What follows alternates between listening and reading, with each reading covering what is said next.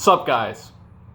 So last night I was having a conversation / argument with my cousin, and the topic of NoFap came up, and she was talking about how humans are meant to fap. And it made me realize how there is such a wealth of misinformation on the internet and how easily spread it is. And I realized that every time I've ever had the conversation of NoFap with people, that they would always bring up benefits of fapping. But the thing is, if you look up these benefits of fapping, there is zero science behind almost all of them. For instance, one of the biggest ones that always comes up is fapping helping with sleep. But there's actually no scientific evidence at all that it actually helps with sleep, and that it's mostly placebo and in people's head. But when you bring up the benefits of NoFap to people, they'll scoff at you because there's no science behind it. Meanwhile, all the benefits they have in their head have no science behind it either.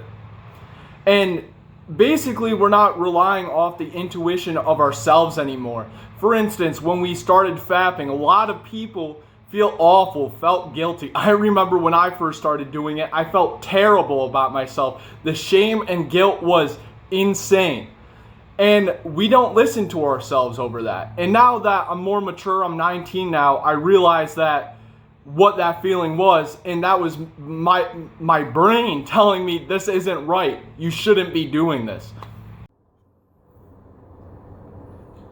Just because if something has scientific proof for it being good, doesn't mean you should listen to it. If your body is telling you negative feelings, but science says it's good, there's obviously something wrong going there. And remember that just because we don't live in a communist country doesn't mean information isn't spread to misinform people and then control them.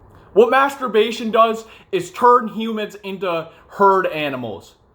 Because we have that availability to escapism, it's just dangling between our legs, doesn't mean we should do it.